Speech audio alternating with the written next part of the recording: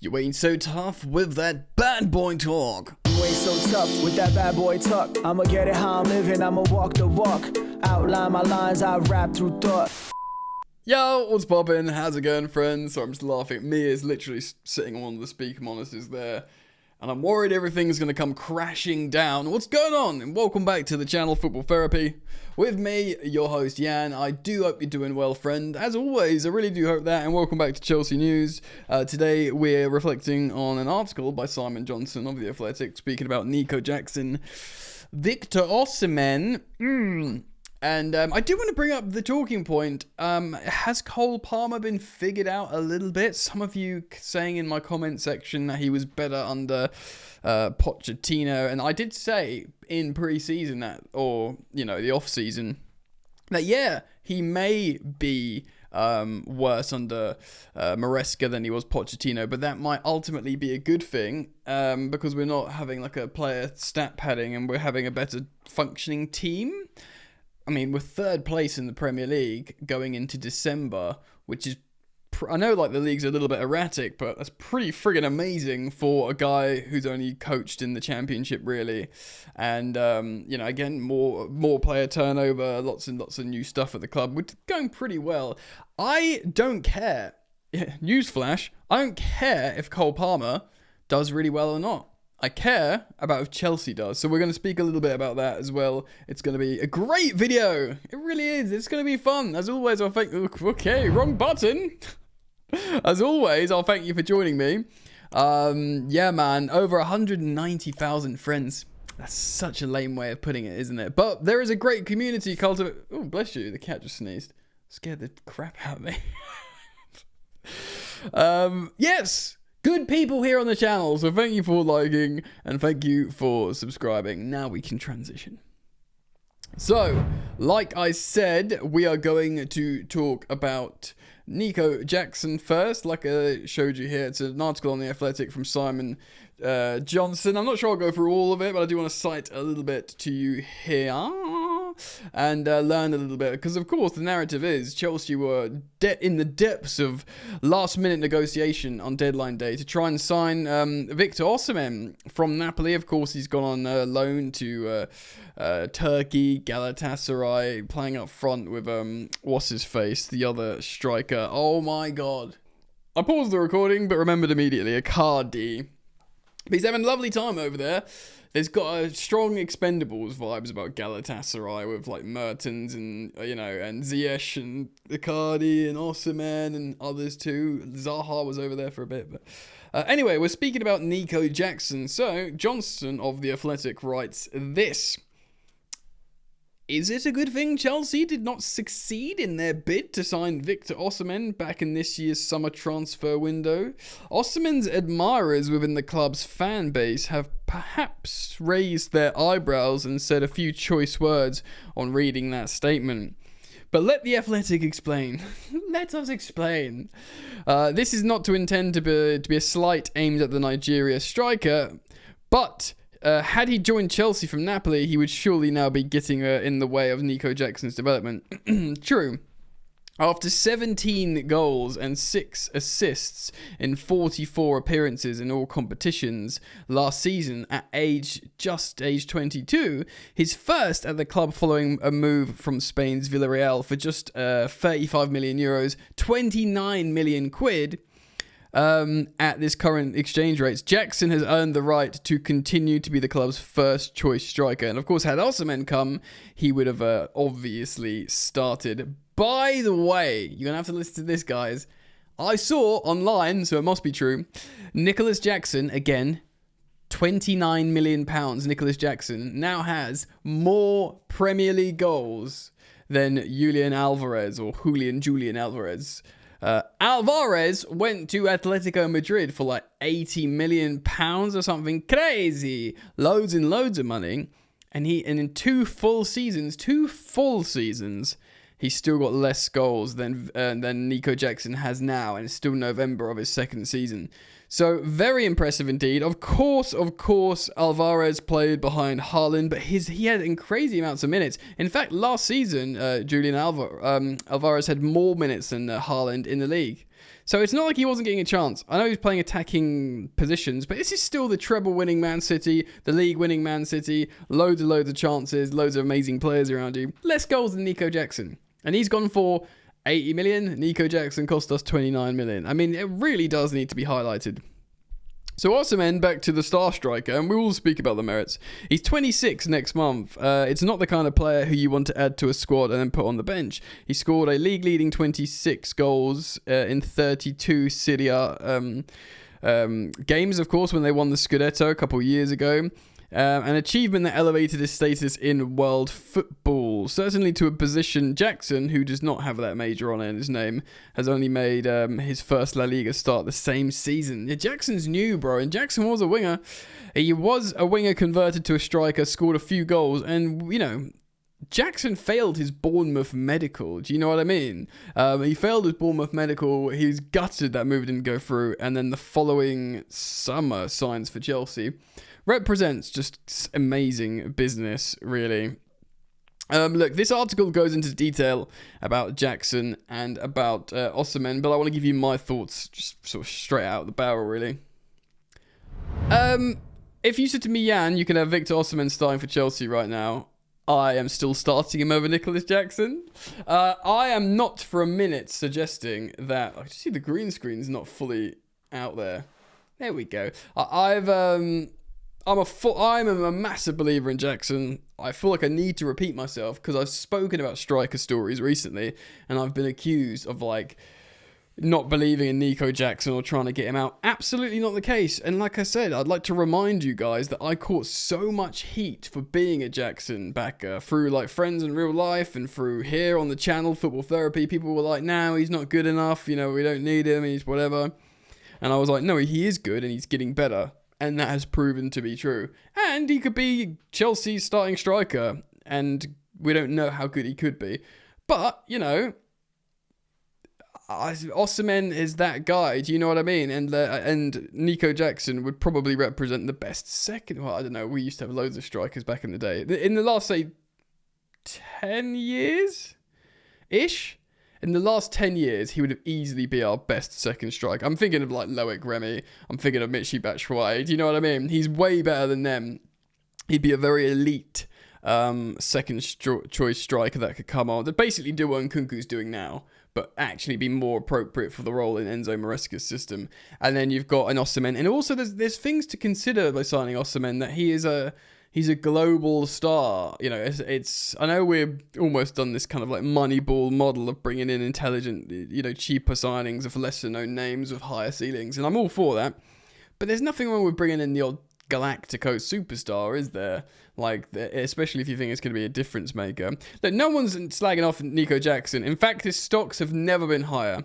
He should have had 2 assists yesterday. He had a lovely goal. Completely earned by himself and an amazing finish. I know it was a good 1-2 with Enzo Fernandez, but it was all Nico, really, in terms of the most impressive parts of that goal. His stocks have never been higher. Rival fans are now coming around saying, yeah, this guy's actually quite good, but I just wanted to sort of nail my colours to the mast. And if you said, look, Jan, you know, if for some reason in a month's time we are 4 points off Liverpool at the top or something, and we've got a easier run at the end of the season, and we've got a chance to sign Osihmen in January, I don't know. My resolve would be tested. I have a feeling that, you know, just putting him in again. He's 26 and he's 4 years older than Nico, and Nico could, you know, just make it untenable.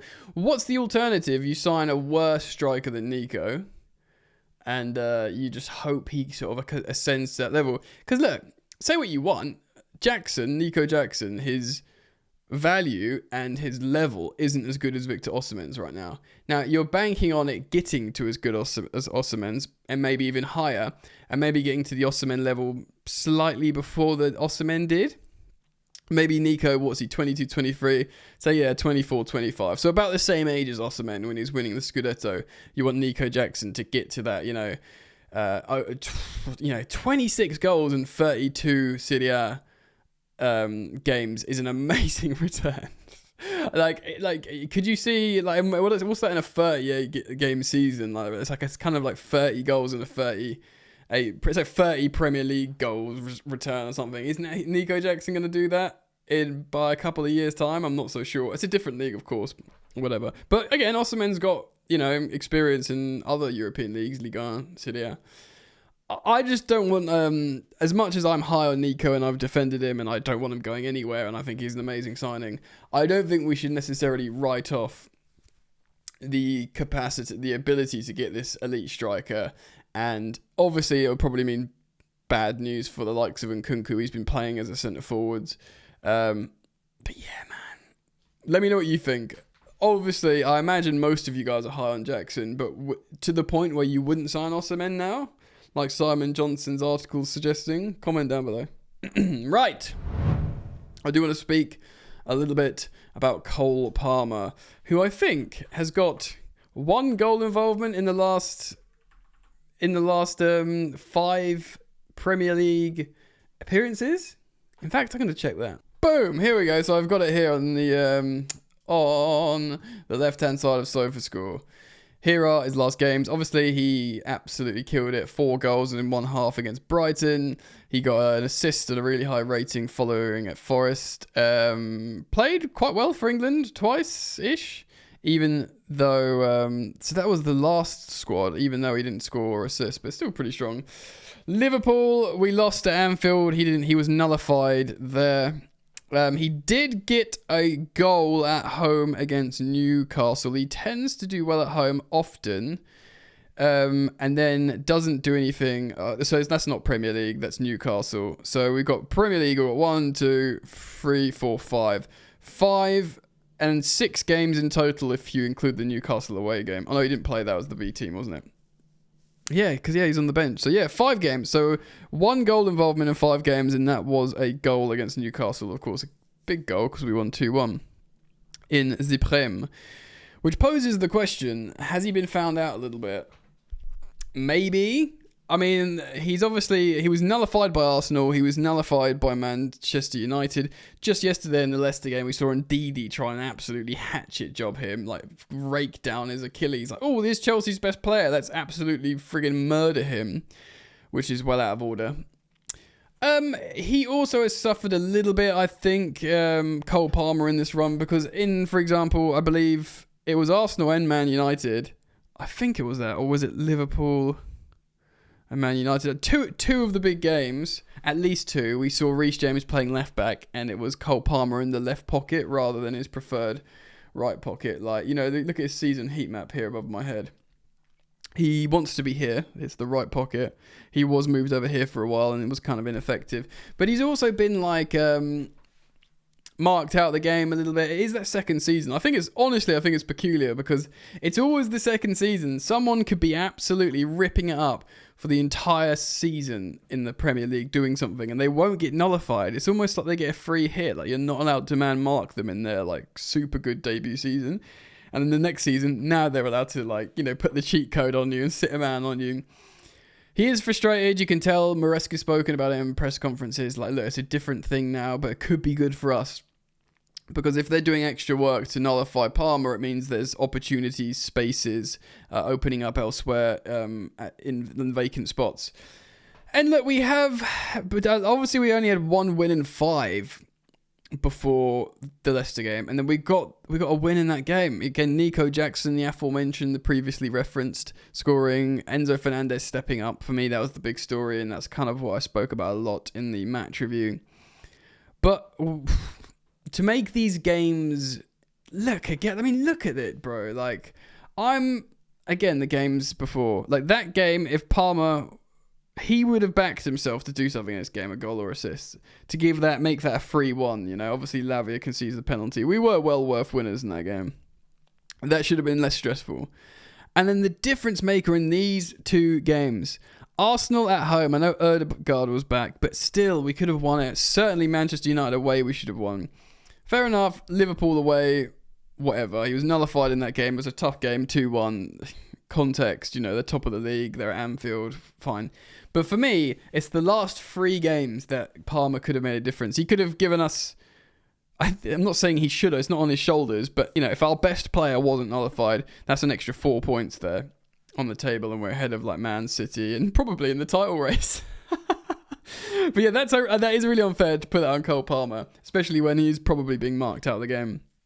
I do think he's been found out a little bit, but I think he'll come back into it. Basically, what will happen is essentially we'll look to other players, Joao Felix, Nico, if Enzo Fernandez is chipping in the odd goal, if I don't know, Noni should have had a goal yesterday, really. If the wingers start scoring, I think Jadon Sancho deserves a start. Of course, Neto is to return to the team. Neto looks a legitimate super threat.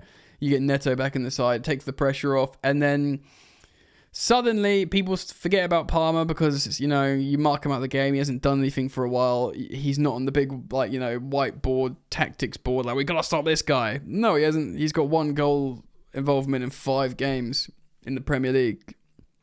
They're not thinking okay, actually, it looks like Joao Felix was getting a lot of joy here, or, really got double up on Nico Jackson in this channel because he scored. Do you know what I mean? Something like that. And then there'll be a chance for Cole Palmer to come back into the fray. So yeah, let me know what you think.